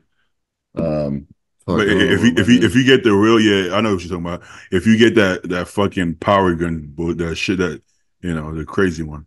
Yeah, I just bought like a wireless jigsaw, and you can buy attachments for it, massage attachments, and it's very painful, but it works. It works, especially actually when you're flat. When you're like flat and prep, and your muscles aren't as like hard or bursting full, for me it's a perfect time to do it because I can get a lot deeper with a lot less effort. So that massage gun off season, honestly, I'll crank it up and I don't feel it that much. But right now, I feel it. It's getting deeper because I have no glycogen in my muscle, so it's getting there. So right now, it's helping if I do it. Okay. Get One Punch Nas on. I would love to. I'll probably reach out. What do your training splits look like in an off season? The same as prep for me, but I add in because I eat like shitty food and I'll eat like insomnia cookies before I go to bed and shit. I'll wake up and do a fasted pump. Like whatever I train that afternoon, I prime it in the morning and basically do 2-a-days. In a sense. I see what you're saying. I guess if you're asking, when you ask that question, like, what are you trying to get out of it? Like, are you trying to hear our splits so you can incorporate it? Because that doesn't do anything. Because our splits became our splits based off our recovery and weaknesses. So so not only that, the level of intensity we train with ain't gonna be the same as theirs, more than likely. Okay, my boy DM'd me. I posted a back workout, and it was 2 working sets of 10 to 15. I think it was like, I don't know, 4 exercises maybe. I don't know, something like that. And then he was like, "Did you really just do 8 working sets?" And I said, "Yeah." He was like, "Could that benefit me?" I said, "Absolutely not, because from your training, you have zero connection with your muscles whatsoever. You have no interest in pushing the intensity to that point.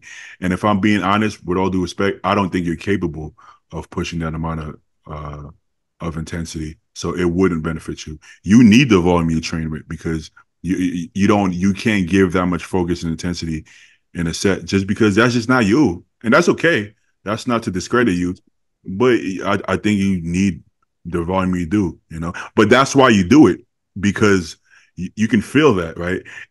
If I did, when I'm done with 8 sets, at no point am I like, "Ooh, I want to do 8 more," because I'm fucking beat. So so the reason you're doing 30 sets is because you feel fine. Why do you feel fine? Because it wasn't that intense, And I do believe some people don't have the mind muscle connection to even feel it. That's why a lot of beginners do more volume. And for myself, I did a lot more volume at the beginning because was I strong? Yes. Did I train heavy? Yes. But I wasn't really connecting. It was just I'm moving the weight, so I needed that amount of volume. So you can't base anything off of what we do. We don't mind answering the question, but just keep in mind, why are you asking the question? Don't try to copy our splits, because it's not going to benefit you at all, But what is y'all splits? Since they asked, I don't want to be a dick. Shit. I got a push, pull, rest, and then shoulders and arms, back with no biceps in there, and then legs, and then rest again. And so I'm kind of hitting everything except my legs twice a week, kinda. Mm-hmm. Okay. Separate question. Sorry. At what point of prep, if at any point, do you pull back your training to the point where you're just moving blood? and you're not really working out? Is it like the last couple of days, last week, last couple of weeks? Maybe 8 or 9 days out, start doing that. Mm-hmm. But at that point, like for me at least, I'm in shape at 2 weeks out, right? So I don't need to train hard to create a caloric demand to get myself leaner. So at that point, it's like, yeah, I basically am doing a deload going into the show, moving blood around. My food's coming up, my fatigue is coming down, and I'm just setting myself up to get on stage. Mm-hmm. So but before that, never. I'm never No. training for a pump. That's goofy. Yeah, same here. See, I used to train 100%, 100% of what my body has, right? So that's going to be a little different. Obviously, that's going to be a little different. But I would always give it 100%, literally to the last workout. That Thursday workout is the only workout I would do pump. That being said, I think for my preps and my body type, I think that's doing myself a disservice. I think if you're somebody who has to eat, if you're a big guy, if you're a small guy, maybe it evens out. If you're a big guy who has to go really low calories and really high cardio, I think you should pull back sooner, because at some point you're literally getting worse. You're giving your body trauma that it can't recover from, and you can't eat enough. You know, I say, well, you can't overtrain, you can undereat. Well, you have to undereat if your body can't get lean. So at that point, I feel like I start looking worse. So I'm trying to judge. This is something that's going to be trial and error. I'm trying to judge how far to pull back. You know, so I'm debating, not pump workouts, but I'm debating going a little bit lighter, and for sure doing all machines, starting possibly next week, 4 weeks out. I'm starting to get like niggles and really pain. Yeah, because first it was my knee, which I'm cool with because it recovered and I was still able to train. Yeah, I think my legs got better. Then it was my shoulder, and I'm like, I think I'm beating the fuck out of my body. Dude, you're just getting old. It's okay. But okay. Just ask Alyssa. You're stupid. But it's like, what's the balance? The other day I was like, you know what? I feel my shoulder, you know, starting to build up some fatigue and pain. Let me do an incline arsenal. Then there was somebody on the machine. I said, I'm not waiting. So I did dumbbells, bro. And then the way my brain works, I didn't.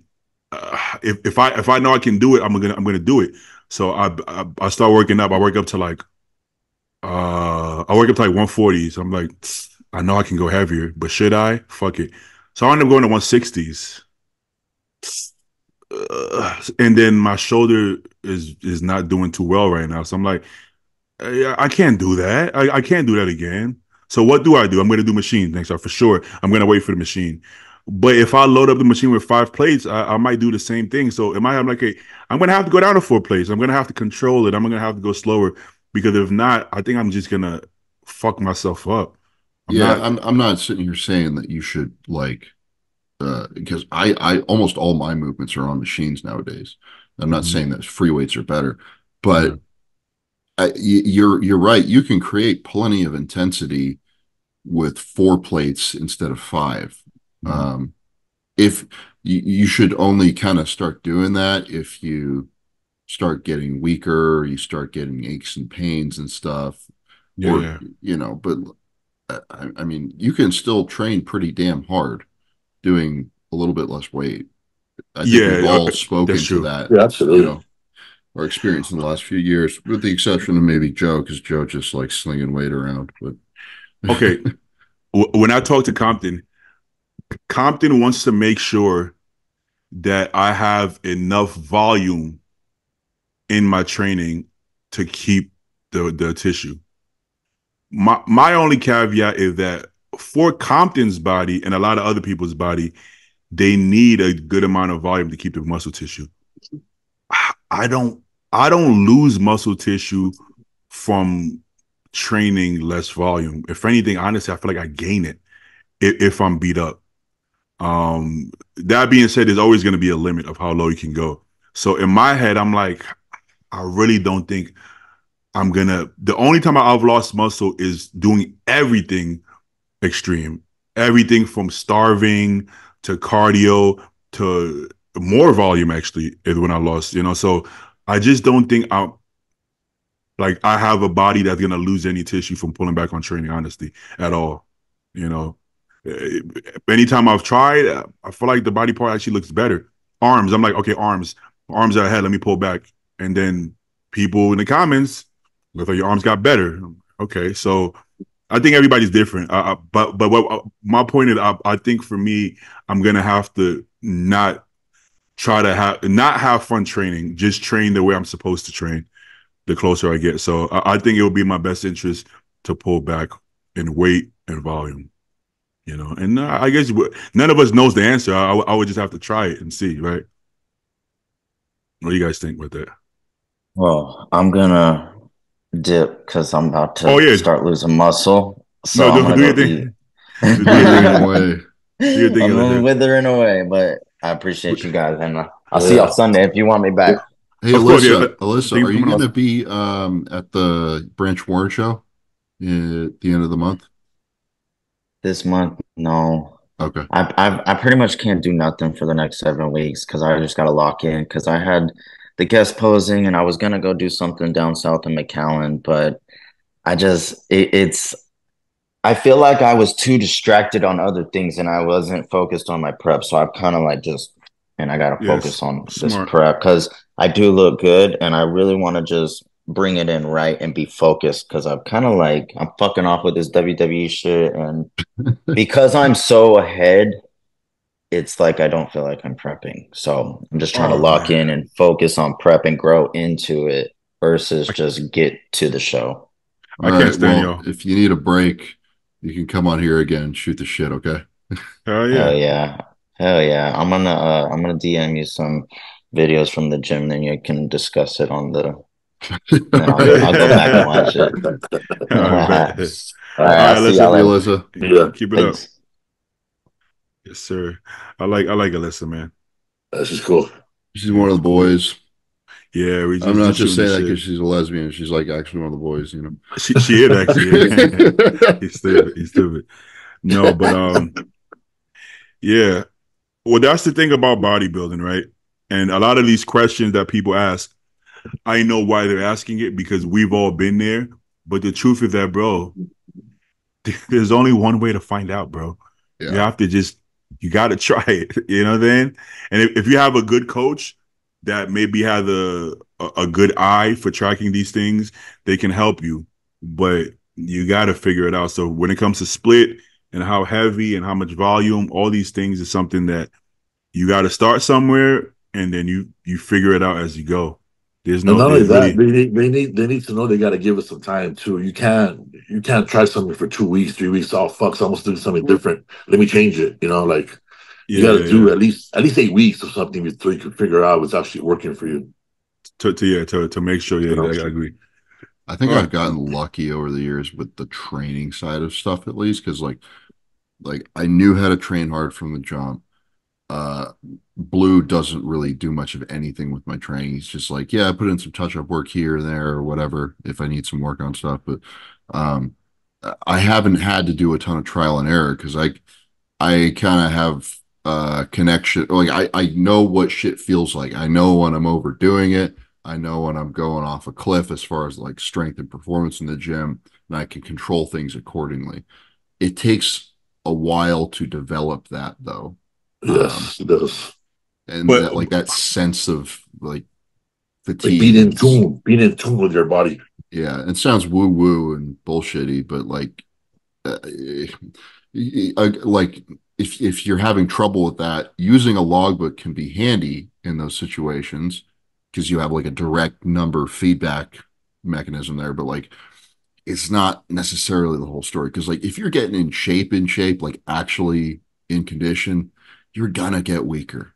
Like, I don't care how much trend you're on, like you're gonna get weaker. So, but just because you're getting a little weaker doesn't mean that you're like super fatigued, right?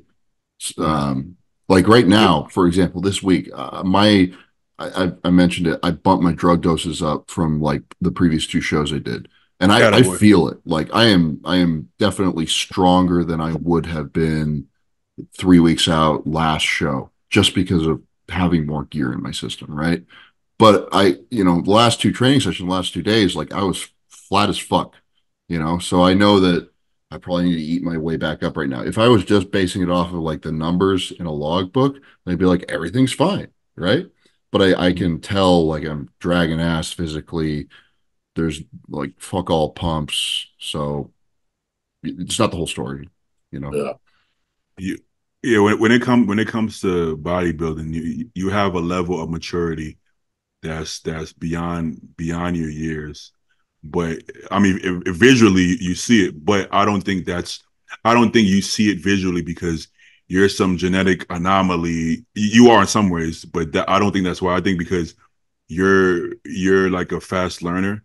That's also we talked about the financial stuff. Why you were able to catch on and only have a shorter period of learning that kind of stuff. So even watching some of your training videos that you've posted quite a while back, just hearing what you say, super consistent with those. No, but hearing you say certain things that I would have never said at your age because I didn't have that level of understanding of my body, right? To be like, okay, you know what? Yeah, that's enough volume. I'm gonna cut it there because of this or that. At that point, I would just go. I would just be like, more is better. Just keep going. Whereas even though I'm sure you like training, you're not going to let your joy for training dictate how far you push. I like working out, so let me just work out for 3 hours. No, you're going to be like, nope, 2 working sets here is enough. I'm going to leave it there and move on. But that takes maturity. That just happened to me yesterday. So we trained, right? And did 2 working sets on the very last workout. And it was like a cluster set. And I told Joe, I was like, fuck, man, that felt good. I go, let's do another one. He looks at me. I was fuck, more's not always better. I was all right, fuck it, I won't do it. But I mean, I backed off too, Yeah. So it's one of those things, man. You have to be very, very mindful. And, I mean, listen, especially with you training with Joe. Joe pushes very hard, as do you. You're also 10 years older than Joe. Yeah. So sometimes you have to be like, yo, Joe, hey, young buck, do your thing. I'm gonna stop it there, and that's okay to say that. It doesn't have to be like, nah, Joe did 3 sets here, so I got to do. It's okay to be like, nah, I'm off of that 1-2 working sets. I'm good. You know what I'm saying? Because your recovery is going to be different. What I've learned from working out with him now. Before we were like hand in hand, bro. We were neck to neck, like strength wise. And now that he's pulling away from me, I'll down the weight a little bit. Like I don't, you know what I mean? Fuck that, yeah. I'll stay on my own lane, down the weight, and do what I need to do to fulfill what I need to fulfill. It's not gonna make you better, right? It's gonna make your ego feel good. Oh well, Joe did 5 plays. I'm gonna do 5 plays, but it's not making you better. I think it's gonna make you worse. Yeah, absolutely. Baby, you remember when we were down in San Diego training together, you, me, and Zay, and you threw like what 5 plates on that Arsenal shoulder press. I did like 2 1/4. I just feel like a fucking bitch. Yeah, but I was also like what 3 days out. Yeah, right. Yeah. It was like, this is embarrassing, and you're filming all of it too. Yeah, but look how far you are in bodybuilding because of that. Because you're not trying to do something that's not conducive to what you have. It was embarrassing, but like I did not want to go any heavier because I put like 2 1/4 on there, and I was like, okay, this is gonna be like a 6 out of 10 effort set, right? I got up to like 7 reps. I was like, I can't do another rep. I always like, we were talking about like backing off the week before the show, and like I do that, right? I might throw in an extra set just to pump work, right? But like I actually am weak as fuck at that point. I don't know if it's because I'm not locking in and like driving super hard like I usually do on like a pressing movement or something, but it's just like I go through the movement, I'm feeling it, and I'm like, oh wow, I'm actually unable to do what I did a week or 2 ago. Well, I don't know if it's a mindset thing or what, but yeah, you're not even able to lock in at that point. Sometimes, like you can try to fuck it, but it's not really happening because you just don't have it. But you're not supposed to have it. If you're in real competition shape, you're not even supposed to be able to do that. You know what I'm saying? So that's the truth. So yeah, I mean, also like I said, doing the machines and stuff. Even if your strength is there, sometimes you can't lock in the same. So me putting up those dumbbells, I had the strength to do it, but I couldn't realistically control it in a way that could make it safe. It felt unsafe because I'm trying to control it, but I'm just doing stupid shit. I'm like, I never kick it up like that. Why did I kick it up like that? Why did I, so you just don't have that level of focus and control. So it would be, why even do it? Just do the fucking machine and it's okay. You're not being a pussy. You're being smart. You know what I'm saying? Yeah. That's important. Ego, man. Ego, the hell of a drug. All right. I'll be right back. Huh? I'm going pee. I'll be right back. But when you're a week out by that point, I mean, you're already drying out, bro. The AIs are hot. The AIs are high. Like, what are you doing? I know we're the same way. I mean, we weak as fuck, bro. You know what I mean? Then you don't want to push too heavy either, because then you don't want to tweak anything. Yeah, but and then what's the goal here? Like, you think you're gonna add another inch to your arms? You know? No. So you might as well just do exactly. It would be exactly the same if you gave 60% than if you gave 100%. Nothing's gonna happen. Just get the blood in the muscle, get that pump, or whatever pump you can get. Exactly. All right. Do you prefer off-plan meals in the off season or strict year round? We're strict year round. Getting back to your one of the questions from earlier, we're pretty much like 95-5. On Saturday nights we'll have cheat meals, you know what I mean? But all throughout the whole weeks and Sunday we're on point. Here's the truth. If you're craving cheat meals every day in off season, something is wrong. Yeah, it means your food is probably too low, or your food tastes like shit, and you need to make your food taste better or eat foods that you like more. Because why would your craving levels be that high in the off season? If anything, your cravings, I would expect your cravings to be higher in a prep or rebound phase. But in off season, I can't remember off season where I just I want pizza and burger. Why would I feel that way if I'm eating? You know what I'm saying? If I'm eating, or if you're eating, I don't know. For me, it's not that high, but for me, 4,000 calories is high enough that I wouldn't be having any cravings. For you guys, 6,000-7,000 calories. How the fuck would you be having cravings? It doesn't mean some people. There was times too, like fuck, like eating 6-7 times a day, you'd fall behind. And if you would actually have to stay awake till like 2 or 3 o'clock in the morning to get all your meals in, I'd rather just eat one fat ass cheat meal, get all my calories in. Oh, that's different. 2 meals, not all the time, but I mean, as an option. I see. I know what you mean by that, but like I tell myself that sometimes. I'm like, I got 2 meals left. I'll just go get some bullshit and get the calories in. Like I end up eating less food if I do that. Like less total calories. Because those meals get so damn big. I think you talk about like, oh, you shouldn't be craving stuff. I think the exceptions to that would be like if you're in an off season and you grew up as like a fat kid and you're not used to eating like healthy whole food like a bodybuilder does all the time, then that's going to take a little while to train yourself out of it. That mindset of like craving bullshit. And also like some people are just like, they get fat real easy. And they got to be really, really careful. And they're always going to be just a little bit hungry. That's me. That's me. Yeah. What you're talking about is exactly how I was. When I started competing, my off seasons after the shows, I'd have a lot of cheat meals and just get stupidly, overly fat. And throughout the years, little by little, they started cutting down. So now I'm happy with 1 a week, Mm-hmm. Yeah. If I even need that 1 a week. But I mean, it does take some time to condition your mind to get away from that.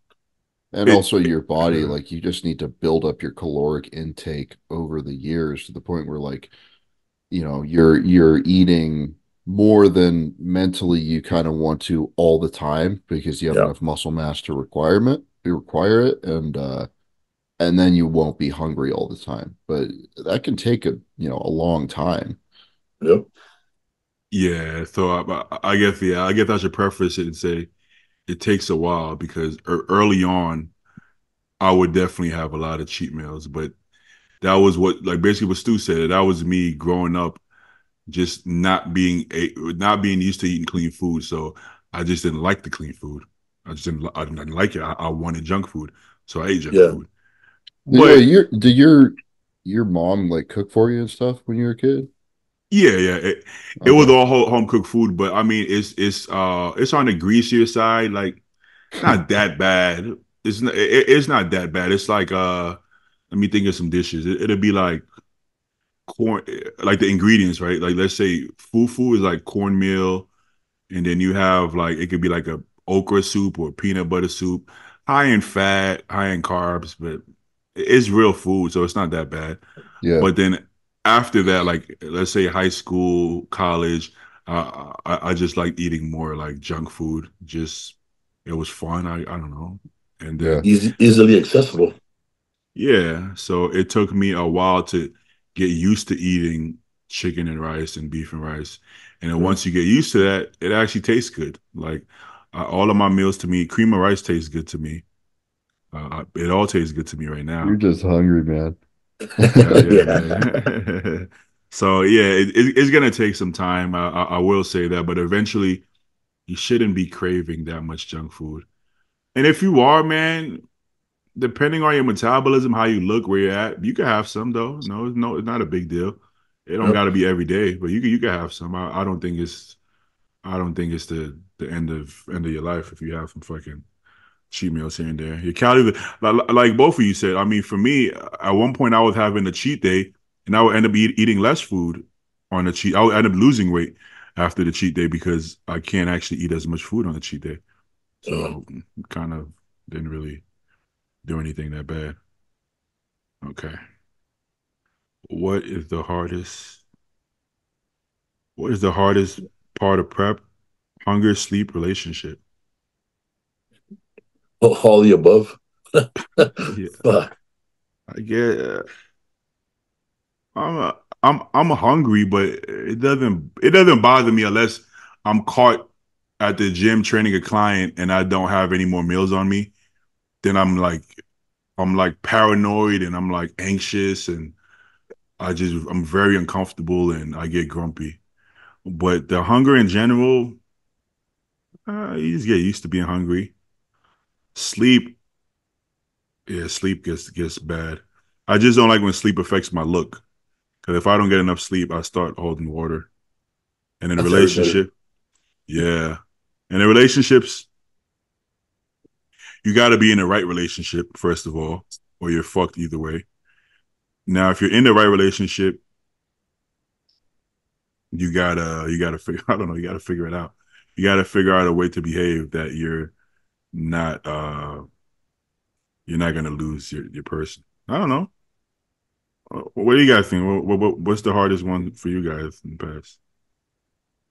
I get impatient, man. Like, uh, because usually I end up ahead of schedule when I'm in prep, and it's like sitting around for weeks on end without much fat left to lose, and you're just kind of making little tweaks, and like most of the Mm, work is done, but you're just like, can we get this over with? Can we get the show over with? Like, you know, I enjoy the process when I'm pushing down actively and trying to get body fat off, but like, I mean, once that's over with at like 3 weeks out, it's like, what the fuck am I doing? It's really it just drives me nuts.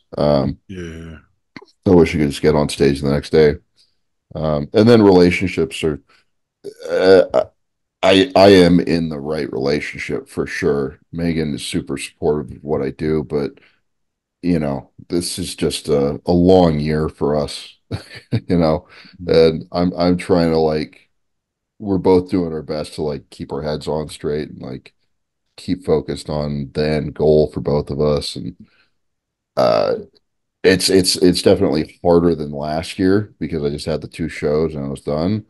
But we're also doing a hell of a lot better than we were last year because we're just more aware of each other and we get each other a little better. And we're working together better. So yeah, just it's work though. It's a lot of work. First and foremost, it has to be the right relationship, because if it's not, then all your efforts are pointless anyways, right? So Yeah, that's the level of stress that it causes if it's not the right relationship, you know. yeah, it's not gonna work, and it's not even worth it if you try to make it work. I've told a few friends that before, and it's hard for them to get it. And I'm like, bro, this is the reason why you're confused is because it's not about you. There's nothing you can do to save this relationship, because it's not about you. This just isn't. This is not the relationship you need to be in. You know what I'm It's saying? like I don't know. the sunk cost fallacy. You know what that is? No. So in business, the sunk cost fallacy refers to like if you've invested a lot of money into some endeavor, it seems like you should stick with that thing that you've been going after, even if it doesn't make economical sense to continue doing it. Like you're just going to continue to lose money going down this path. So it's a fallacy to like continue doing that, but it seems like you should keep doing it because you've already put so much into it. The same thing can be true in relationships. Like, oh, I've spent so much time and emotional effort into this person. Like, I just got to keep on working at it. Like, I've already put so much into it. When in reality, maybe it just isn't going to work. You know, and Yeah. that's a hell of a difficult. You know, you don't really know what is the correct. It's not as simple as like actual economics, where like there's an objective answer to like what makes more sense going forward. But like, yeah, it sometimes it just is not going to work. Yeah. Makes sense. You may need an outside opinion or a couple of outside opinions just to get some different perspective. But it has to be the right people. It has to be people who you trust their opinions, and And people who you actually. gotta zoom out yourself from like the moment that you're in. You know, look at all of the pluses and minuses of the person and the relationship, and you know, what do you want out of this? Where do you want to go? And then you have to make a very difficult decision. There's Yeah. no way around that. Um, Yeah. Yeah, because it's easy to see from the outside in, but the person in it, sometimes it's not as easy to see. yeah. Because you're gonna be like, am I the one that's just being unfair? Am I the one that's being, am I not trying hard enough? Is it me? Is it them? I don't know. So you might need some outside opinions, but like I said, you gotta be careful with that.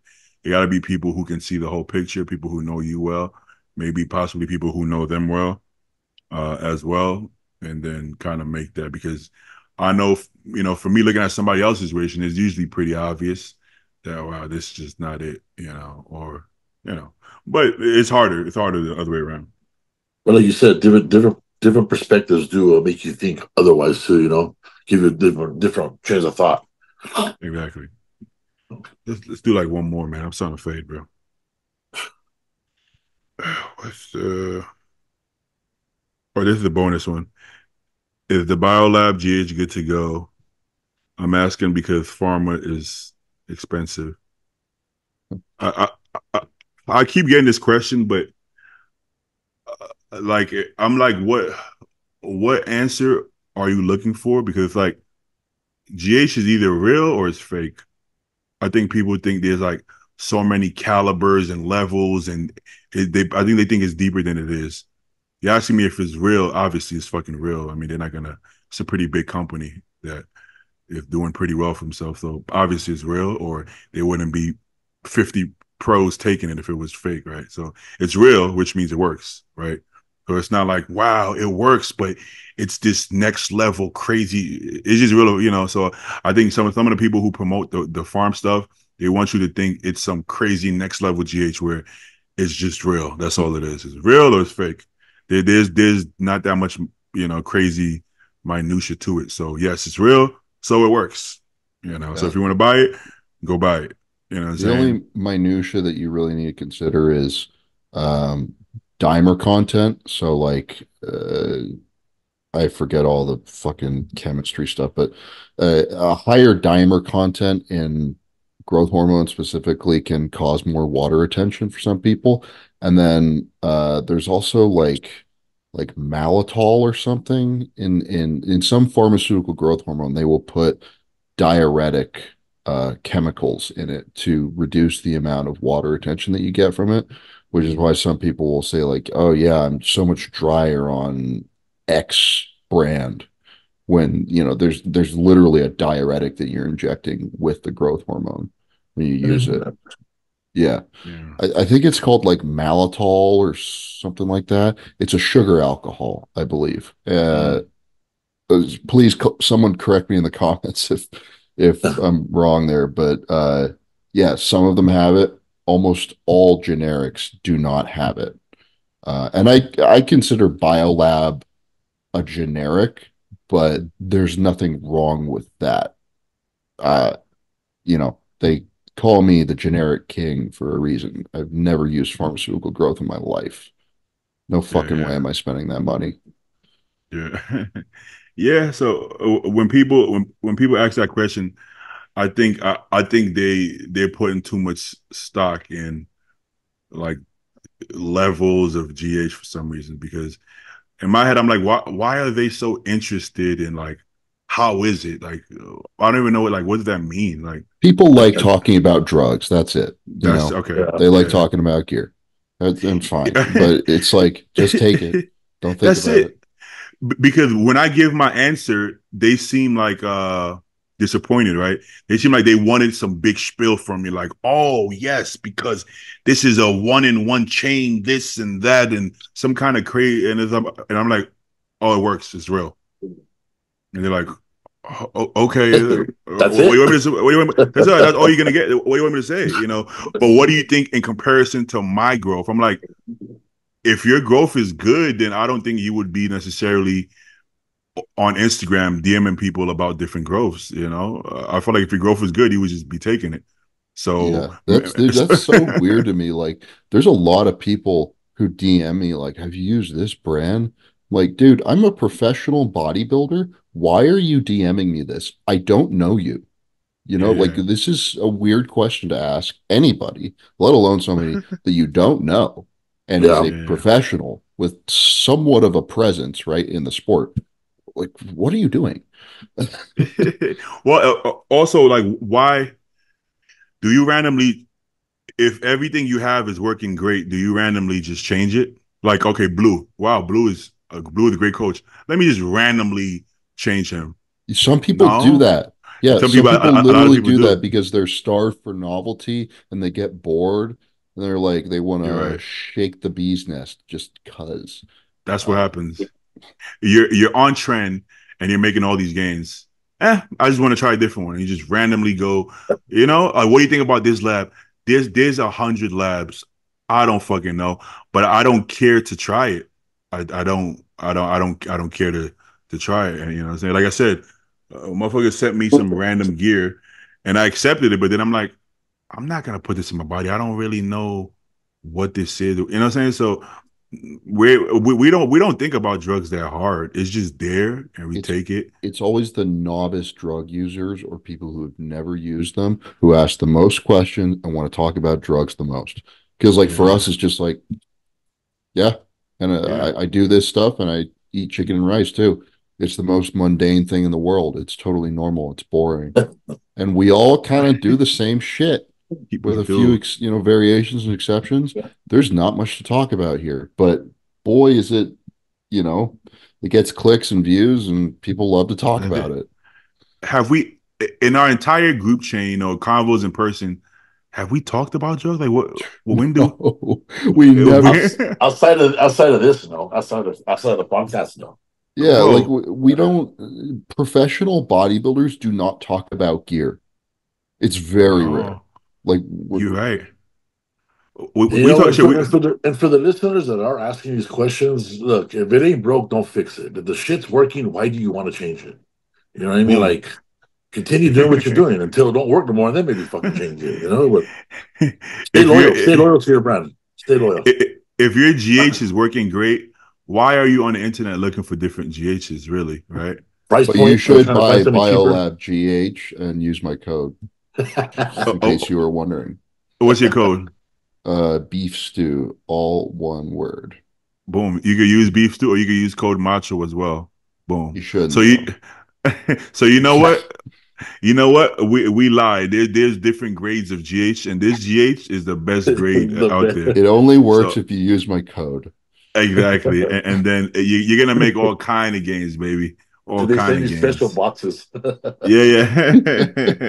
If you use our code, they'll send you the top shelf shit. That's really gonna pack on that muscle. You know what I'm saying? And bro, we even talk about fucking sauces before we talk about what sauces we use and shit before we ever talk about growth. So I mean drugs in general. So and you said don't fix if it ain't broken, and then if it is not working anymore, then maybe change things. Actually, maybe don't change things. Maybe just take more than you were before. Because if it was working before and you felt good, it's like maybe you just needed 20% more or something. That's rarely the case in my experience, but like eventually if you're moderate when you start, then you'll need to go up eventually. But if you have a combination of gear that you feel good on and you look good on stage, don't fuck with it. When you get bigger, you might need more, but that's about it. That's about it. Yeah. Pretty straightforward. I think we can end it right there. What do you think? Yeah. Right. Finish it with a stupid drug question. Gotta get one at least. Yeah, just one. Yeah. All right, guys. Thanks for coming on. Thanks for watching, and see you guys next time, man. Peace. There you go. Peace out.